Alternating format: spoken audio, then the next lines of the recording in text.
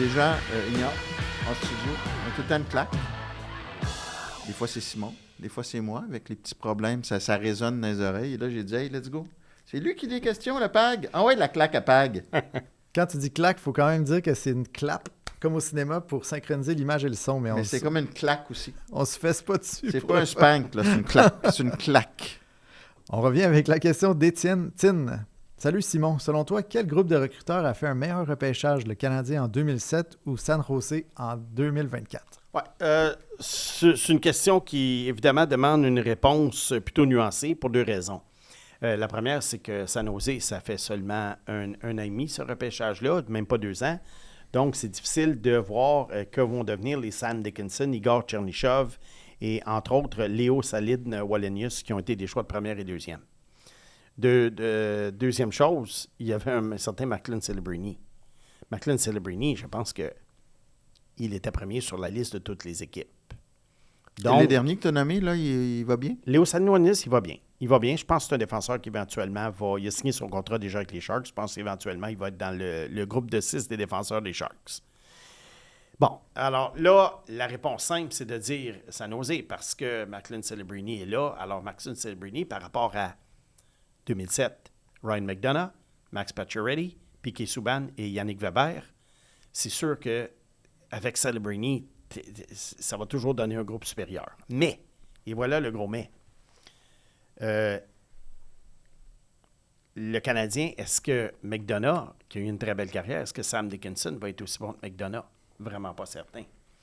Est-ce que Chernyshov, choisi début deuxième, parce que Pacioretty fait une première, va marquer autant de buts que Pacioretty? Pas certain. Et est-ce que Léo Salin-Wallenius va devenir Piquet Subban? Bien, la réponse, elle est non. Qui a fait le meilleur travail? Le meilleur travail, moi, je te dirais, si, comme je t'ai dit, j'oublie Celebrini, là, le meilleur travail, difficile à juger, mais je pense que c'est le Canadien. Qui, en 2007, rafraîchis-moi les mémoires, qui était le recruteur? Trevor Timmins. OK. J'avais maudite mémoire. C'est le repêchage, finalement, qui a fait en sorte que Timmins a eu le bénéfice du doute pendant bien des années. Exactement. Puis, c'était une année 2007 en plus. Probablement, c'est plus controversé parce qu'on venait de repêcher David Fischer, qui, on savait déjà qu'il ne serait pas bon. Il avait été repêché en 2006. Et là, on allait piger encore dans une école secondaire américaine. Pacioretty américain. Ryan McDonough. On avait laissé passer, entre autres, les Québécois Angelo Esposito et David Perron. Exact. Puis, David Perron, belle carrière. Angelo Esposito n'a jamais joué. Et rappelle-toi aussi, deuxième tour. Subban avait donné une bonne entrevue, on était contents, mais on avait laissé aller Kevin Veilleux et Kevin Marshall. En effet. 2 Québécois. Fait qu'on laissait passer 4 Québécois, finalement. Okay. Thomas Barlow. Salut, Serpent. Est-ce que tu pourrais nous donner 4-5 noms de joueurs à surveiller qui pourraient potentiellement être intéressants en 2e et 3e ronde cette année? Non. La raison pour laquelle j'ai passé la question, c'est parce que je voulais dire à Thomas que je ne l'oublierai pas, je ne l'ai pas oublié. Mais là, les séries éliminatoires commencent dans le hockey junior. Et pour moi, les séries éliminatoires sont très importantes, très, très importantes dans mon classement. Alors, ne t'inquiète pas, Thomas, à chaque année, je donne quelques noms des 2e, 3e rondes que j'aime beaucoup. L'année passée, il y avait Cooper Simpson, Bryce Pickford, Alex Zarovski. Ouais. Alors, il va y en avoir d'autres. Alors, sois patient, ça s'en vient. Est-ce que c'est moi, là, où il y a une attaque frontale qui s'en vient? Devrait-on l'appeler Free Bruno? Oh, mon Dieu. Free Bruno Belly. Je sais que Simon adore les jeux de mots. Alors, je lui en propose un. Comment un joueur élite supposé être à son apogée à 27 ans comme Elias Pettersson peut devenir Elias Pettersson et produire comme un joueur de milieu d'alignement? L'armée de PAG est partout. Il est très bon, le jeu de mots. Ah, tu les aimes, ceux-là? Tant que ça ne vient pas de vous deux, moi, je les aime. Moi, je te dirais, regarde, si tu m'avais dit il y a une dizaine d'années, quand Elias Pettersson était junior, qu'à 27 ans, il serait le joueur qu'il est en ce moment, c'est-à-dire très moyen, décevant, peu importe comment on appelle ça, je t'aurais dit, oui, tout à fait normal. Ce qui m'a surpris, moi, c'est que Elias Pettersson soit si bon que ça pendant tant d'années, parce que moi, je trouvais je voyais rien dans ce cas-là. Ben rien. Pas capoter, là. Mais je voyais plus un gars, je pense que je l'avais classé au milieu de la première ronde. J'ai été extrêmement surpris quand Vancouver l'a choisi 5e. Fait que pour moi, il est devenu ce qu'il devait être, c'est-à-dire un joueur plutôt frileux, qui n'est pas nécessairement un grand patineur et qui est quand même un bon passeur, plus un joueur de jeu de puissance. Regarde, je ne sais pas s'il va revenir au niveau d'il y a quelques années, mais chose certaine, en ce moment, c'est un des pires contrats de la Ligue nationale. Il est encore sous contrat pour à peu près 3 000 ans à 11,6 par année. C'est l'année de Suzuki aussi, 2017. Oui. La fameuse année L'année 2017 de En Robert effet, Thomas. En effet. Ouais. Toujours Puis, que ça revienne à Suzuki. Oui, mais tu sais, si on avait dit il y a quelques années, à peine, là, Oui. il y a 3 ans, là. Que Suzuki et Thomas seraient meilleurs que Peterson. Si tu dis, t'échanges-tu c'est Peterson vrai. pour Suzuki, tu dis non, Ouais. Thomas pour Suzuki. Ben, moi, j'ai non. toujours trouvé Même qu'il il chière. Moi, j'ai toujours trouvé qu'il y avait 3-4 douzaines d'œufs dans ses culottes, Peterson, mais bon, ça, c'est moi. Bon. En tout cas, regarde. Dans quel sens? Qu'est-ce que tu On veux n'a dire? jamais été dans des culottes de joueurs de hockey dans la Ligue nationale non plus, mais bon. Non, mais il y a des joueurs. Mettons que. Mais on va le dire poliment, ce n'est pas Kiefer Sherwood. OK. OK. C'est plus poli. C'est ça. Et ce n'est pas Brendan Gallagher. Non. Exact. Vincent Parenteau, quel est votre avis sur le système de la PWHL concernant l'attribution du premier choix au repêchage? Est-ce que, selon vous, ça pourrait être une alternative intéressante à l'infâme loterie de la LNH? Oh my God. OK, quand j'ai vu ça, j'ai failli piquer une crise de bacon. Mais c'est bien parce que tu l'as quand même... tu l'as choisi. Ah, Mais je l'ai choisi pour piquer une crise de bacon. moi, je pense que ça pourrait être bon. Tu connais le système? Mais non, mais attends. Oui. C'est que ça pourrait être bon, ça, pour nos chiffres. Une crise du bacon. Il y a un tapis, là.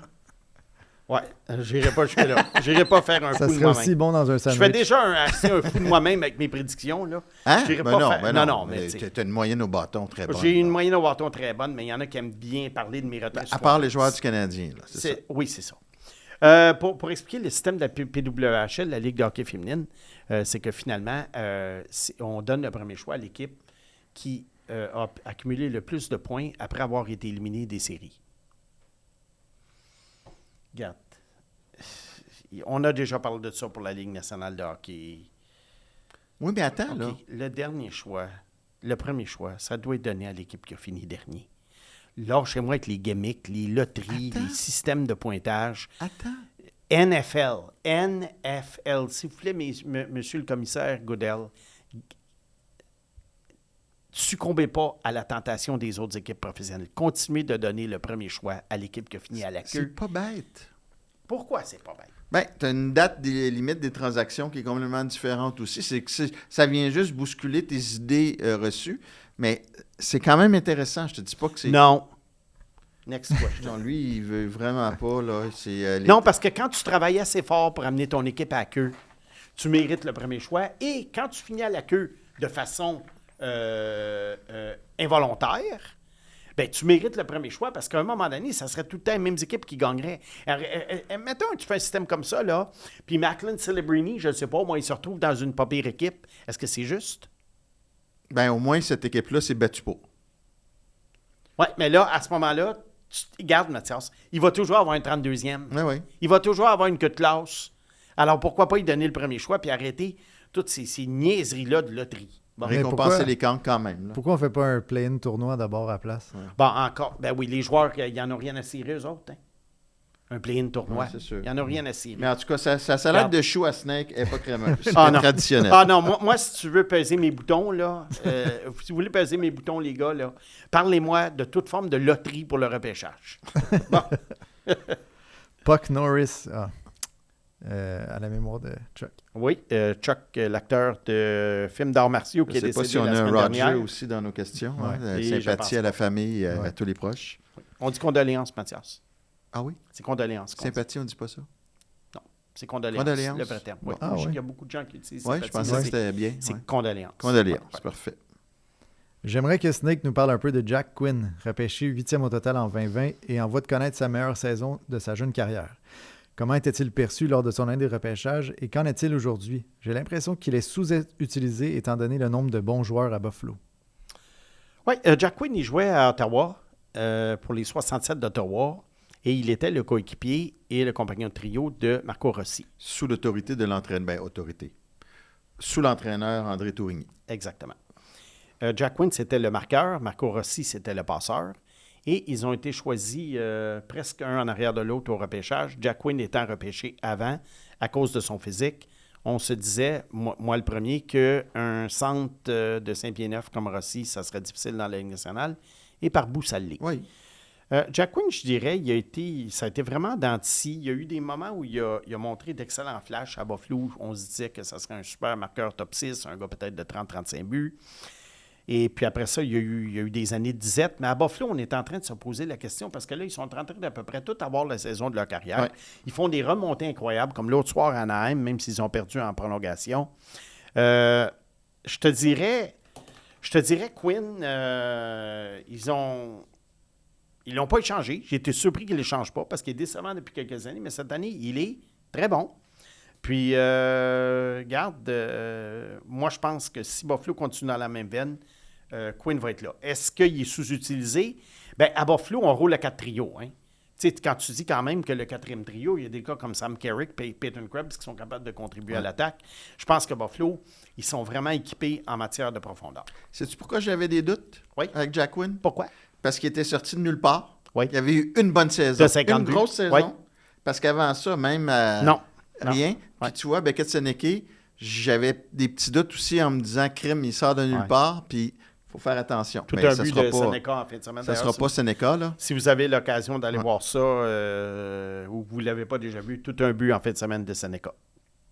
William Belland. En ce moment, il y a une équipe qui fait jaser dans la LHJMQ. Les Saguenayens de Chicoutimi. Simon, comment peux-tu expliquer une telle domination? De 1, de l'équipe, et de 2, de Maxime Massé. Repêché par les Ducks, peut-on s'attendre à le voir dans l'uniforme de la LNH bientôt? Bien, premièrement, les Sags, ça fait quand même quelques années qu'ils se préparent. C'est une équipe qui a suivi à la lettre le plan de match des équipes juniors, c'est-à-dire d'avoir une coupe de mauvaise saison, repêcher très haut, accumuler les choix en échangeant les joueurs plus âgés et bâtir un noyau de joueurs de 16-17 ans qui vont grandir ensemble. Et ce noyau-là, avec les Guité, Wang, Massé et compagnie, et complété par des échanges qu'ils ont faits, arrive à destination. Ça devrait être assez spectaculaire, les séries cette année, alors qu'ils vont avoir probablement dans leur chemin les Wildcats de Moncton. Il y a également Drummondville, Rouyn-Noranda, Boisbriand dans l'autre conférence. Je pense qu'on va avoir d'excellentes séries dans le junior. Et est-ce que Chicoutimi va gagner? Regarde, c'est fort possible. C'est la meilleure attaque de la Ligue. Mais ils vont se rendre loin, d'après moi. Maxime Massé, choix de 3e ronde des Ducks, curieusement, n'a pas encore signé de contrat et il s'en va dans la NCAA l'an prochain. Alors, les Ducks conservent les droits parce qu'avant, c'était 2 ans. Là, maintenant, c'est 4.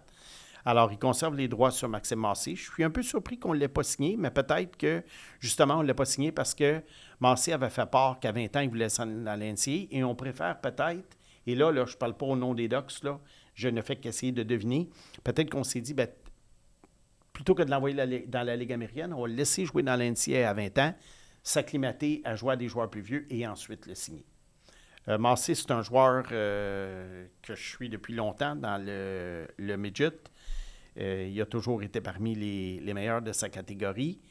J'aime beaucoup, beaucoup son intelligence au jeu. Il faudrait, par exemple, qu'il améliore peut-être pour faire la Ligue nationale. Et c'est la raison pour laquelle il est sorti en 3e ronde. D'après moi, c'est pas le manque de talent offensif. C'est peut-être qu'il faudrait que son patin soit un peu meilleur. Peux-tu me rafraîchir la mémoire, là? Je suis un peu mêlé, puis je sais qu'on a parlé des règlements. Oui. Est-ce que c'est rendu 4 ans pour signer un joueur d'âge junior ou parce qu'il s'en va dans NCAA, ça passe de 2 à 4? Ça, il faudrait que je vérifie, honnêtement.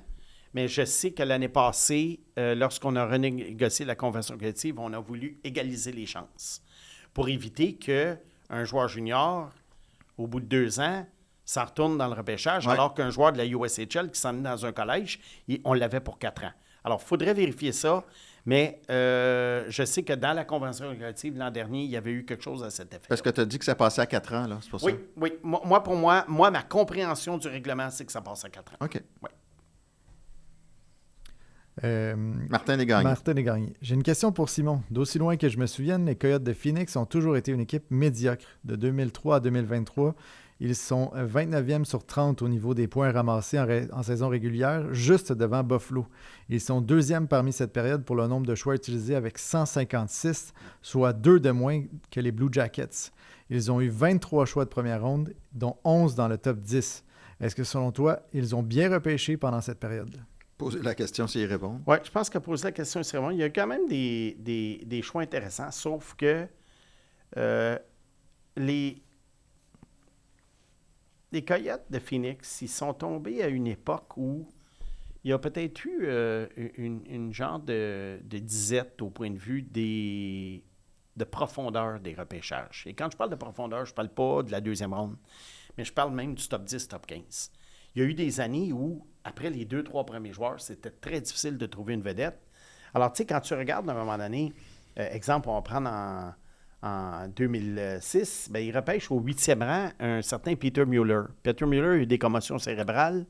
Il était bien parti. Il était bien parti, mais il reste quand même que en 2006, après les premiers choix, il restait moins de bons joueurs. On en parlait la semaine dernière aussi, 2004, Blake Wheeler, 5e, qui ne veut pas signer avec eux, ça fait mal. Ça a fait mal aussi en 2004. Tu sais, après ça, on a eu des gars en 2008 comme Michael Bodker, pas pire carrière, mais encore là, choisi 8e. Tu sais, c'est très haut pour un gars qui était un joueur de milieu d'alignement, alors qu'à ce niveau-là, tu peux t'attendre à mieux. Oliver Ekman-Larsson, au 6e rang, il a été bon très longtemps. Là, il est pas mal en fin de carrière. Oui, quoi qu'il va bien à Toronto. Brandon Gormley, 13e rang en 2010. Ça a été un échec. Ça a été un échec. Connor Murphy, au 20e rang, c'est correct. Il joue encore. Ça n'a pas été un grand joueur offensif, mais c'est correct au 20e rang. Tu sais, après ça, ce qui manquait aussi, c'était des bons choix en dehors de la première ronde. Tu sais, on repêche Max Domi en 2013, au 12e rang. C'est correct. Mais... Ça me fait penser à Détroit un peu. Ça fait penser à Détroit. Qui repêche tout le temps un petit peu trop tard. Tu sais, 12e en 2014. Il y avait des bons joueurs en 2014 quand même. Brandon Perlini, ça a été un échec, mais on s'est repris avec Christian Dvorak en 2e ronde et Michael Bunting en 4e ronde. C'est comme tu dis, Dylan Strome, 3e rang en 2015. Si on prend Mitch Marner, on s'entend qu'on parle d'autres choses. Si on prend Mikko Rantanen, on parle d'autres choses. Ouais. En 2015, il y avait des bons joueurs. Ils ont pris Dylan Strome. Il est correct, Dylan Strome. Il a remis sa carrière sur les rails. Mais ça demeure quand même pas, ça demeurait pas le choix optimal. Ensuite, ça s'est amélioré. Clayton Keller, Jacob Chikrin, c'était très bien, mais ça, c'est une autre administration. C'est une autre administration. Gretzky a emmené l'âge aussi au début des années 2000. Gretzky est parti, je pense, en 2010 ou à peu près. Au début des années 2000. Parce que là, Martin évoque 2003 à 2023. Fait qu'il y a eu un début de... Oui, mais regarde, en 2019, Victor Soderstrom au 11e rang en 2019. Ouais, ça a continué. Oui, ils ont laissé passer Matthew Boldy, ils ont laissé passer Cole Caulfield. Fait que, tu sais, ça s'est vraiment replacé, moi, je te dirais, en 2021, avec les repêchages de Dylan Gunter, Josh Doan, J.J. Moser. Très bien repêchage, même s'il y a deux gars qui sont partis. Ensuite de ça, on a eu Logan Cooley. Là, Simachev et Daniel Butt, c'est en 2023, c'était pas mauvais. Tu sais, Caleb Desnoyers, là, c'est bien parti. La réponse, dans le fond, c'est des bonnes directions. Tu sais, Gunter a été repêché au 9e rang à cause de l'échange d'Ekman-Larsson. Ouais. Bill Armstrong a eu l'audace de l'échanger. Tu sais, tu n'as pas eu des grandes directions là, dans la première moitié du 21e siècle. Avec un peu de malchance. Tu sais, ils ont rarement eu des choix top 3. Ouais. Puis quand il y en a eu un en 2007, ils ont pris Carl Torres. Mais 2007, c'était pas un gros repêchage dans les tops. Mais le Canadien est allé chercher des joueurs qu'on a mentionnés dans l'épisode régulier, qui sont, ou même non, tout à l'heure, on vient d'en parler, dans l'épisode Bonnie, qui avaient été choisis plus loin. T'sais. Mais il n'y avait pas, en 2007, après Patrick Kane, c'était qui? Mais Torres a été échangé pour qui? Il y a beaucoup de gars qui ont été échangé à Ottawa, oui. Mais regarde, ça a été un millimélo. Et il ne faut là. pas oublier qu'à ce moment-là, Arizona fonctionnait à juste chercher à atteindre le plancher salarial et ramassait des mauvais contrats. D'ailleurs, cette ère-là achève. Là, le contrat de chez Weber expire cette année. Kevin Guillemette, Snake, tu es DG d'une équipe en début de reconstruction. Quel joueur choisis-tu pour ajouter à ton équipe? Gavin McKenna, Caleb Desnoyers ou Alexis Joseph? Je connais la réponse. Là, c'est sûr que tu me donnes le choix entre 2 joueurs de 18 ans et un joueur de 16 ans. Et beaucoup de choses se passent chez les joueurs de 16 ans. On l'a vu avec Angelo Esposito, on l'a vu avec un paquet d'autres joueurs. Mais je dois te dire qu'en ce moment, Je prends mes dards et je lance le dard sur Alexis Joseph. J'ai été convaincu. Alexis Joseph, qui, d'après moi, est une émule d'Evgeny Malkin. Ah ouais. Oui. Peux-tu me faire plaisir? Oui. La semaine prochaine, dans ton Simon, soit dans ton Simon en liberté ou ailleurs, ça fait longtemps qu'on n'a pas parlé de Landon Dupont. Oui. Tu veux-tu te prendre une petite note? Je suis curieux. Oui. Aimes-tu mieux attendre que les séries soient terminées ou tu veux qu'on fasse une récapitulation de sa Oui, saison? la semaine prochaine, puis après, on en fera une autre après série. Je vais me laisser. Parfait. Oui. Yannick Collin, Snake, Caulfield ou Stützle? Oh. Tu prends qui? Voilà. Ben, je prends le joueur de centre Tim Stützle et puis j'enlève pas les qualités de marqueur de Caulfield qui, comme j'ai mentionné, je sais pas dans quel podcast, Cole Caulfield ne marque jamais dans un filet ouvert. Et ça, c'est une grande qualité. Il enfile juste l'espace de la rondelle. Tu sais, des fois, là... Il a aussi jamais marqué dans un filet désert. C'est vrai. C'est Parce fou. qu'on ne l'utilise pas Ouais. dans cette situation-là. Tu sais, souvent, Mathias, dans les matchs de midget hockey, de midget et junior, entre les périodes, on va mettre un panneau avec un espace Ouais. pour lancer la rondelle. Moi, j'ai vu il y a à peu près une quarantaine d'années quelqu'un gagner une automobile. Il n'y avait l'espace que pour la rondelle. Des fois, c'est un petit peu plus large et les gens peuvent gagner un beau certificat cadeau de 100 $ dans un restaurant. Et je crois que Cole Caulfield... Il gagnera tout le temps. Cole Caulfield, je pense qu'il y a une collection d'autos dans son garage. Ben, ça tombe bien, justement, on a une nouvelle promotion, nous, qui s'en vient, Mathias et le Serpent. Oui. Avec le but, puis tout ça, mais Oui. lance des dards. Ouais. Mais, Yannick, pour revenir à la question, je prends Tim Stützle avant Caulfield. Elle était bonne. Non? Quoi? Tu l'as pas trouvée bonne? Pas bien, bien. On continue. Marc-Antoine Belzile. J'ignore si j'ai déjà posé la question, mais je ne crois pas avoir eu de réponse à travers les 2 derniers épisodes. Zachary Bolduc semblait être plus hargneux et combatif à Saint-Louis. Il semble plus jouer en périphérie lorsqu'il est dans l'alignement. Il ne semble pas se positionner souvent dans l'enclave pour aller chercher des retours.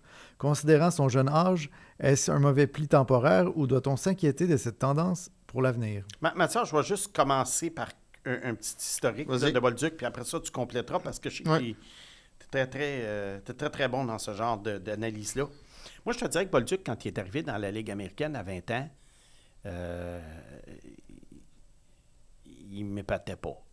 Mais il a progressé et l'année passée, il a connu une très bonne saison. Et là, cette année, à sa 3e saison professionnelle, malgré un bon début en octobre, il est décevant.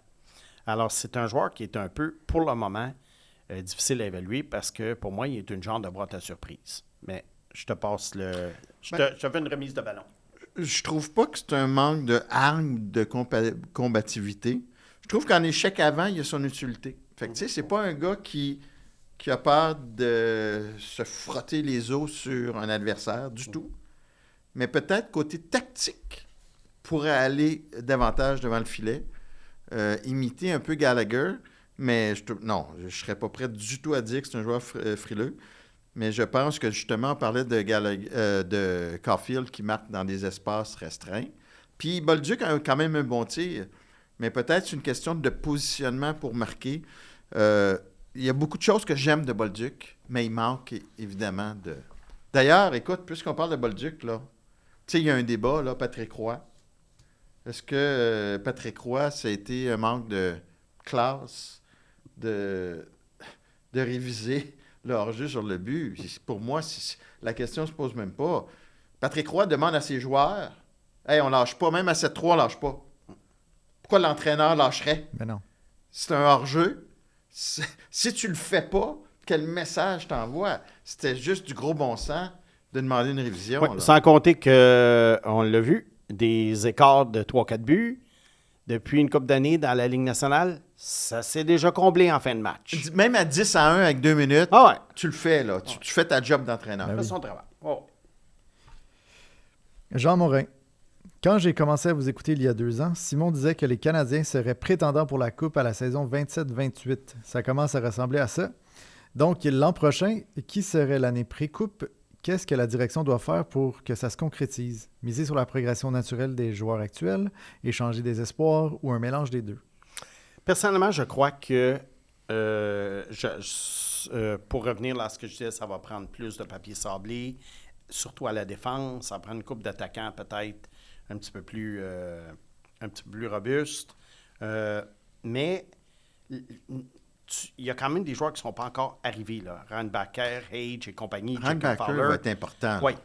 Alors, échanger des espoirs, moi, je dirais que peut-être en échanger un à un moment donné, mais il faudrait que ce soit pour quelqu'un qui va aider le Canadien, quelqu'un qui n'est pas trop vieux et qui va aider le Canadien pendant nombre d'années. Comme on a fait l'an dernier, on a échangé 2 choix de première ronde, ne l'oublions pas, contre Noah Dobson. Ensuite, cet été, le marché des agents libres, il est très, très, très, très mince. Le Canadien a encore des contrats qui n'arrivent pas à expiration, qu'on parle entre autres de Gallagher et Anderson. Et ça va libérer beaucoup de masse salariale pour 2027. Est-ce que je suis en faveur de signer des agents libres? Bien, des agents libres à gros prix pour 7 ans, 80 millions pour des joueurs de 31 ans, non. Mais peut-être qu'il y aura moyen à l'été 2027 de faire un gros échange avec une équipe soit en reconstruction ou soit qui doit larguer du salaire. Moi, j'irais plus pour continuer à bâtir petit à petit, mais vraiment donner le gros coup à l'été 2027. Moi, je pense que Reinbacher, c'est vraiment la clé. S'il peut continuer à se développer comme là, il semble sur une bonne lancée, parce que c'est le type de défenseur dont tu as besoin. Là. Un bon droitier avec un bon gabarit. Je sais qu'il y en a qui vont évoquer Logan Mailloux qui continue à bien aller à Saint-Louis. Oui, bien à Saint-Louis. Oui, mais Reinbacher, ça va être vraiment la clé. Oui. Régent Paul Forget. Question à Snake. Lafleur versus Demidov. Demidov, créativité, oui, mais Lafleur. La créativité de Lafleur s'appelait-elle Lemaire? Oh my God. C'est une question, je ne suis pas surpris que la question s'adresse à moi parce que je suis le plus vieux ici. Et Mathieu, j'ai quand même 3 ans plus vieux que toi, donc ça m'a donné une petite longueur T'es très vieux. d'avance. Une petite longueur d'avance oui, une bonne sur longueur Guy Lafleur d'avance. et Lemaire, là, oui. Non, la créativité de Lafleur ne s'appelait pas Lemaire. Lafleur aurait très bien évolué. Il a joué avec Pete Mavlich avant Lemaire. Il a joué avec Pierre Larouche après. C'est sûr qu'en fin de carrière, il y avait des centres qui étaient moins bons et ça lui a nuit, mais Guy Lafleur était quand même ralenti par les blessures. Oui, il était créatif, Lafleur, peut-être pas dans la même façon que Demidov. Demidov, c'est le genre de gars qui va te faire des passes en arrière du dos. Il va faire des feintes qu'on n'a pas vues depuis longtemps au Centre Bell. Lafleur, lui, son jeu était beaucoup plus axé sur la rapidité, un lancer qui était un boulet de canon qui, même, d'après moi, aujourd'hui, avec l'équipement d'aujourd'hui, les bâtons d'aujourd'hui, Lafleur aurait encore un gros lancer. Comme Ovechkin. Alors, non. Lafleur était un joueur créatif, mais peut-être d'une façon un peu différente de celle de Demidov. Mais pour moi, Demidov est quand même l'attaquant le plus talentueux repêché par le Canadien depuis Lafleur. Et Lafleur a été repêché en 71. Moi, j'ai serré la main à Lafleur en fin de vie. Puis, il y a toute une... Oui. Il aurait pu me casser la main. Oui. Il y avait... Écoute, puis pas dire, Guy Lafleur, c'était quoi? Un gars de 6 pieds 180? C'était pas un géant, là. Ouais. C'était un gars qui avait un bon physique. Mais les mains de ce gars-là, ouais. Immense. Sébastien Houd. Stat surprenante. Troy Terry n'a aucune mise en échec en 48 matchs malgré un temps de jeu élevé. Comment est-ce possible? Et surtout, est-ce souhaitable? Est-ce que sa vision, son anticipation et son positionnement lui permettent de couper les jeux sans devoir jouer physique? Autrement dit, vaut-il mieux miser sur le stick check et éviter les blessures? Mathias, désolé pour l'anglicisme. Oui, c'est intéressant cette question-là, surtout que quand je suis allé à Anaheim durant les fêtes, j'ai observé beaucoup le jeune quatuor formé de Seneca, McTavish, Carlson et c'est qui l'autre attaquant? Gauthier. Il oublie Gauthier. Oui, mon préféré des 4. Et Troy Terry, je le regardais. Puis je me disais, et puis il avait marqué. Puis je me disais, qu'est-ce qui manque à ce gars-là? Il est bon. Mais qu'est-ce qui lui manque? Puis je pense que Sébastien, il l'a trouvé. Le gars ne joue pas physique du tout. Ouais. Du tout. Puis il n'est pas peureux, il est juste pas là. En même temps. Du côté physique, c'est un gars qui... c'est un marqueur de but, c'est un gars qui se découvre bien, mais à un moment donné, il disparaît pendant des périodes. Tu dis, Troy Terry, je ne vois pas. Jouais-tu aujourd'hui? Après ça, tu le vois, il marque 2 buts. Ouais. Oui. C'est un joueur complémentaire pour moi, C'est sûr qu'aucune mise en échec, c'est spécial. Ouais, c'est complémentaire. Mais il y a des statistiques que je trouve vraiment surévalué. Puis, tu sais, je pense que je l'ai déjà raconté quand j'avais interviewé Ken Hitchcock, notre entraîneur à l'époque. Puis j'avais parlé des 12 mises en échec par année de Niklas Lindstrom. Puis il m'avait répondu, c'est parce que Lindstrom a la rondelle. Fait que pour moi, les statistiques de mise en échec, il faut faire attention parce que souvent, si tu en donnes, tu n'as pas la rondelle. C'est ça. Ça, c'est un. Les minutes de punition. Ah, il est robuste, il y a beaucoup de minutes de punition. Non. Ridicule. Ça peut être aussi. souvent des punitions ridicules. Et l'autre, je vais te faire plaisir. Oui. Les points en supériorité numérique. On sort la statistique, il y a tant de buts ou tant de points en supériorité numérique. Tu sais, comme si ça avait une valeur d'avoir des points en supériorité. Ben, ça en a une parce que une ça prend valeur des bons de faire joueurs. des points. Oui, ça prend des bons joueurs en PP. Mais pour moi, ton point à égalité numérique est encore plus important que... Oui, parce qu'en avantage numérique... Si tu me dis que Slav a 20 de ses 25 buts en supériorité numérique, puis tu te dis, Slavkovski a 20 buts en supériorité numérique, ben pour moi, point d'interrogation. Il devient uniquement un joueur de PP. Fait qu'il faut faire attention. Fait que c'est ça. Mais c'est vrai que Terry n'est pas un joueur physique. Ça, on a la preuve. Félix Gagnon. Avec l'arrivée de Cole Hudson avec les Capitals, j'étais curieux de voir si le dernier de la fratrie, Lars, est également un espoir de haut niveau. Ses statistiques à Muskegon sont loin d'être ronflantes, mais il ne sera éligible qu'en 2027, vu qu'il est un late. Est-ce que Simon voit un potentiel LNH en lui ou suivra-t-il les traces de Jared Stahl? Oui, Jared Stahl, qui est le 4e mousquetaire de la famille Stahl, qui a Eric, Mark et Jordan, qui ont tous joué dans la Ligue nationale, et Jared non. Je pense que Lars Hudson, je ne le vois pas comme un joueur de la Ligue nationale parce que déjà, il faudrait qu'il soit dominant et il ne l'est pas du tout. Il est l'ombre de ce que ses deux frères étaient au même âge. Jared a été repêché quand même, j'ai l'impression. Oui, il a été repêché, oui. Dominique Lantaigne. Salut Snake, je regardais les stats de Marcus Larac dans la WHL. Il n'a pas beaucoup de points. Je me suis dit, bon, il a seulement 16 ans, mais dans le même club, il y a un gars qui s'appelle Brock Englund et il a 50 points au même âge. Tu penses quoi de ces deux gars-là? Oui, Brock Englund, qui est un bon espoir pour 2027. La réponse est très, très simple. C'est que ce sont des physiques complètement différents. Marcus, le fils de Georges, est un joueur qui va avoir un physique, quand il va arriver à la maturité, il va être absolument imposant, il va être épeurant.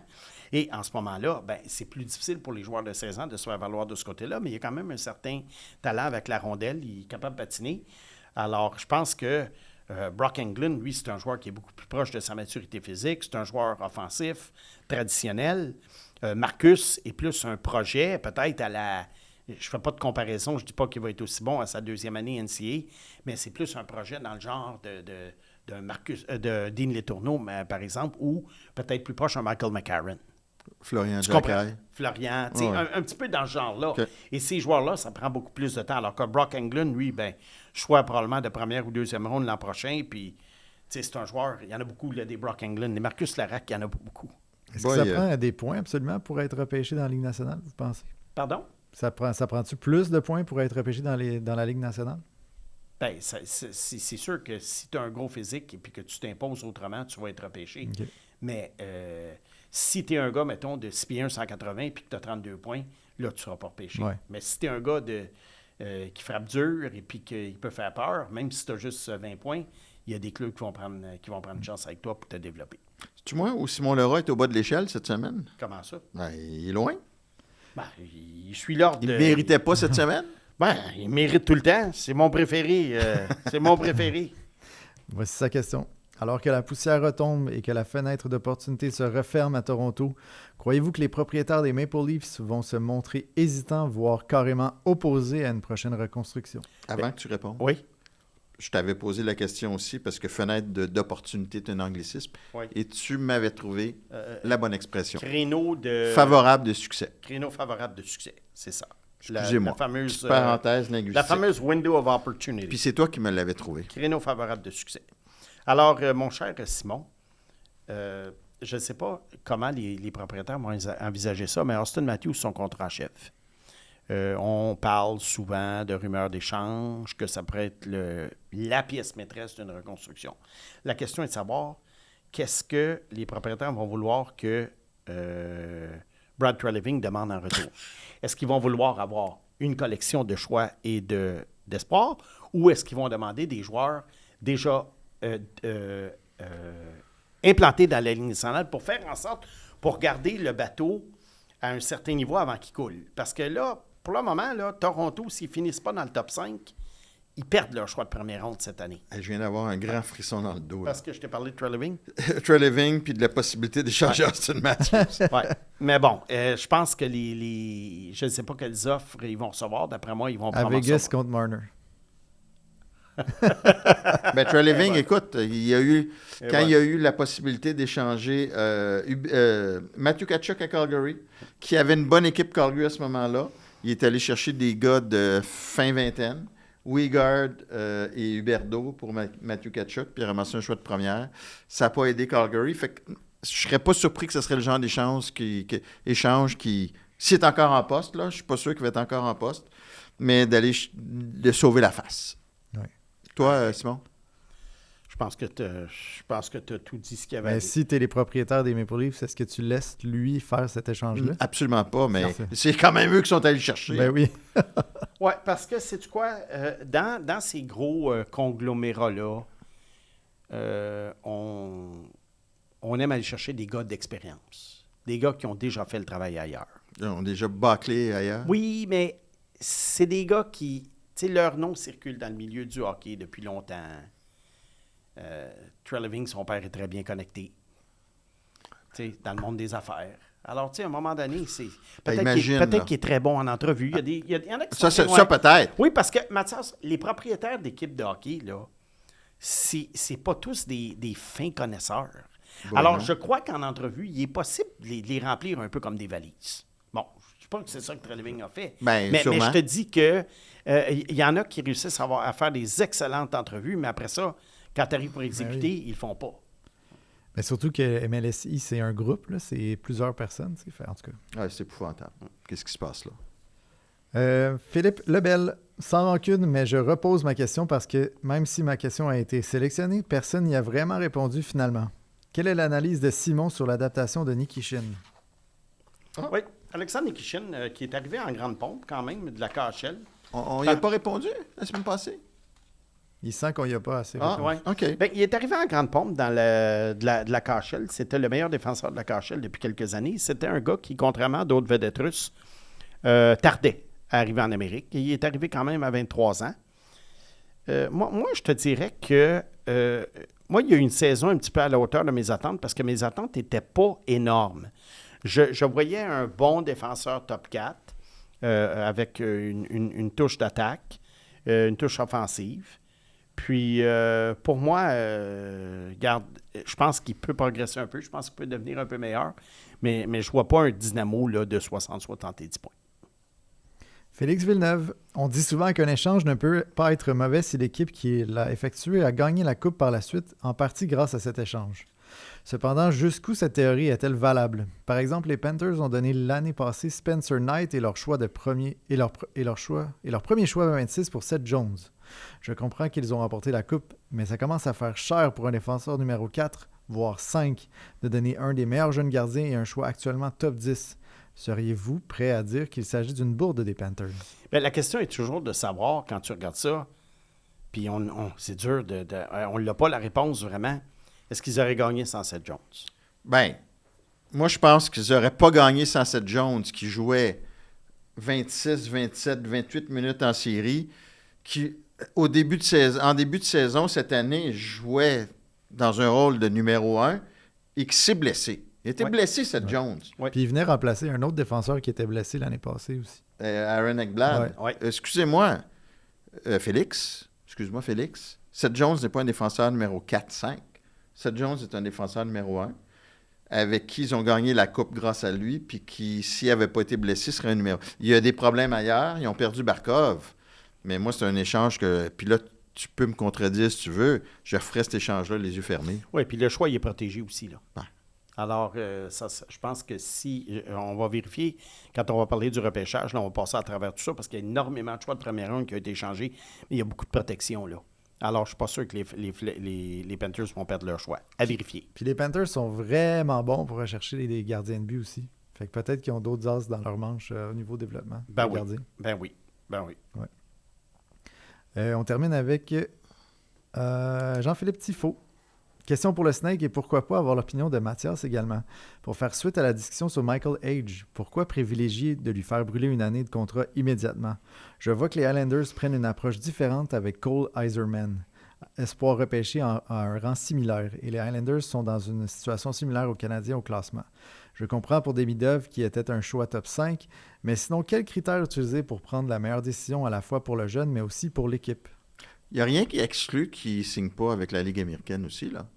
Il n'y a rien qui l'exclut. En ce moment, ce qui accroche dans le cas de James Higgins, selon les initiés à Boston, la raison pour laquelle il n'a pas été signé, c'est parce qu'il ne veut pas aller dans la Ligue américaine. Et Boston veut l'envoyer dans la Ligue américaine. Il devrait.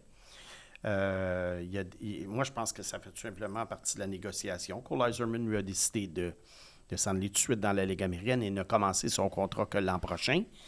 Il y a des avantages et des désavantages à brûler une année de contrat, dans le sens que si tu brûles une année de contrat, le joueur ensuite n'a que 2 saisons pour se faire valoir, pour aller chercher un gros lot avec son deuxième contrat. Tandis que s'il y a 3 saisons, bien, il y a des fois l'année de plus, il peut éclore, marquer 30-40 buts et le contrat, la valeur va monter. Par contre, s'il est bon tout de suite, il va encaisser plus vite. Alors, tu sais, c'est un petit peu un jeu de pas de chat et de souris, mais c'est un pari que le joueur et l'équipe font dans tout ça. Et c'est pas exclu que Michael Hage signe un contrat et s'en aille à Laval. Je ne sais pas. Là, on prête des intentions à son agent et au joueur qui dit qu'il faut qu'il brûle le contrat, comme Lane Hutson a fait, mais on verra. C'est pas le genre de joueur non plus que si j'étais le Canadien, j'aurais peur de perdre. T'sais. C'est l'équipe de son enfance. Puis, tu sais, il y a tout le côté sentimental aussi. Son père qui est décédé tragiquement trop tôt, qui était un fan du Canadien. Tu sais, ils ont eu des prémonitions comme quoi ils seraient repêchés par le... Tu sais, il y a un attachement sentimental très fort avec le Canadien, là. C'est pas une menace, là. Mais tu vois, avec Cutter Gauthier, il semblerait que c'est quelque chose comme ça qui a accroché. Parce qu'il voulait l'envoyer dans la Ligue américaine. Ben, je ne sais pas si c'était ça, mais qu'après la première saison de Gauthier dans la NCAA, lui voulait signer, Philadelphie ne voulait pas. C'est ce qui circule. À un moment donné, on va la savoir, la vérité. Mais on l'a renvoyé dans la NCAA et à ce moment-là, Gauthier aurait dit « Salut, goodbye, je ne signe pas chez vous. » c'est une rumeur, là. Si je suis un jeune joueur qui veut signer dans la Ligue nationale, j'attends le plus tard possible parce que la masse salariale augmente exponentiellement dans les prochaines années. Puis encore être agent, plus tard. Oui. Ben avec mon toupette, je vais faire un fureur. Mais tu serais peut-être le premier. Tu vas faire un tabac? Tu serais peut-être le premier directeur général de l'histoire avec un toupette comme ça aussi. Ça serait... Hey, Pag, merci beaucoup. Merci, Pag. Merci, Simon. Salut, Mathieu.